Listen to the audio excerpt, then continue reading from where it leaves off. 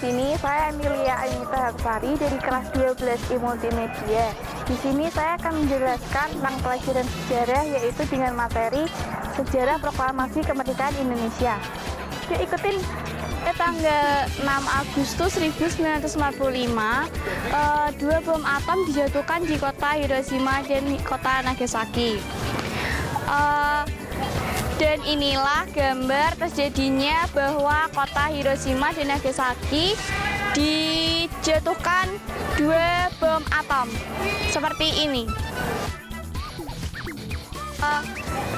Bom itu dijatuhkan oleh pihak Amerika Serikat atau sekutu, sehingga Jepang menyerah tanpa syarat kepada Amerika Serikat dan sekutu. Dan hal itulah yang dimanfaatkan Indonesia sebagai momen untuk memproklamasikan kemerdekaan Indonesia.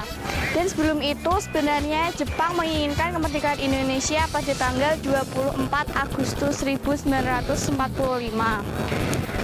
Kemudian pada tanggal 7 Agustus 1945, BPKI atau Badan Penyelidik Usaha Persiapan Kemerdekaan Indonesia berganti nama menjadi PPKI atau Panitia Persiapan Kemerdekaan Indonesia.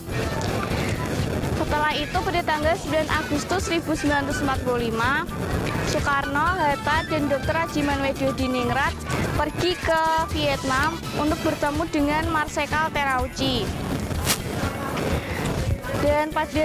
Dan setelah bertemu dengan Jenderal Terauchi pada tanggal 10 Agustus 1945, sementara itu di Indonesia tokohnya yaitu Sultan Syahrir telah mendengar berita lewat radio bahwa Jepang telah menyerah tanpa syarat kepada sekutu. Para pejuang bawah tanah bersiap-siap memproklamasikan kemerdekaan RI. Setelah itu, Syahrir memberitahu penyair Chairil Anwar tentang dijatuhkannya bom di Nagasaki dan bahwa Jepang telah menerima ultimatum dari sekutu dan menyerah. Setelah Sultan Syahrir mendengar berita dari radio bahwa Jepang telah menyerah tanpa syarat kepada Amerika Serikat atau pihak sekutu, selanjutnya pada tanggal 11 Agustus 1945, Jepang melalui Marsekal Terauchi di Dalat, yaitu di Vietnam, mengatakan bahwa proklamasi kemerdekaan bisa atau dapat dilaksanakan dalam beberapa hari. Pada tanggal 14 Agustus 1945, setelah Soekarno, Hatta, dan Dr. Hadjimanwedodiningrat kembali ke Indonesia dari Vietnam atau Dalat, Sultan Syahrir mendesak mereka, yaitu Soekarno untuk segera memproklamasikan kemerdekaan Indonesia. Dan sebenarnya Syahrir telah membuat atau menyusun teks proklamasi dan telah dikirimkan ke seluruh Jawa untuk dicetak dan dibagi-bagi. Setelah itu pada tanggal 15 Agustus 1945, Jepang telah menyerah pada sekutu. Berikutnya yaitu pada tanggal 16 Agustus 1945, gejolak para pemuda untuk pengambilan kekuasaan oleh Indonesia makin memuncak. Pada sekitar pukul 10 malam di rumah Insinyur Soekarno, sekitar 15 pemuda menuntut Soekarno dan untuk segera memproklamasikan kemerdekaannya. Selanjutnya yaitu peristiwa Rengas Dengklok, yaitu peristiwa yang menceritakan tentang para pemuda pejuang termasuk Chairul Saleh yang tergabung dalam gerakan bawah tanah menculik Soekarno, Fatmawati, dan anaknya yaitu Guntur yang masih kecil untuk dibawa ke Rengas Dengklok. Dan di sini mereka meyakinkan, di sini yaitu maksudnya para pemuda itu meyakinkan Soekarno bahwa Jepang telah menyerah. Dan berikut adalah gambarnya.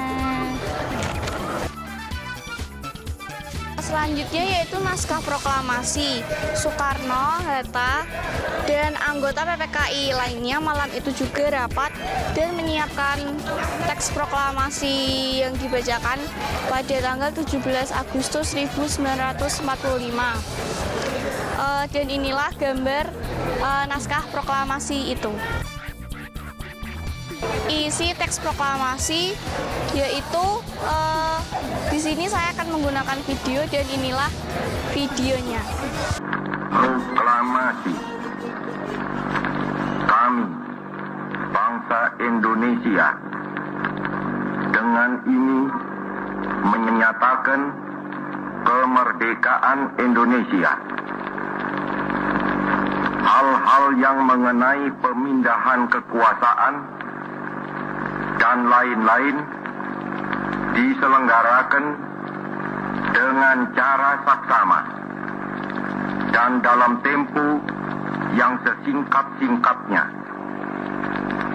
Jakarta, 17 Agustus 1945, atas nama bangsa Indonesia, Soekarno, Hatta. Lalu diadakan upacara kemerdekaan dan yang membawa bendera yaitu Latif dan Suhud, dengan bendera itu dijahit dengan Ibu Fatmawati. Dan akhirnya kemerdekaan Indonesia pun ditentukan pada tanggal 17 Agustus 1945.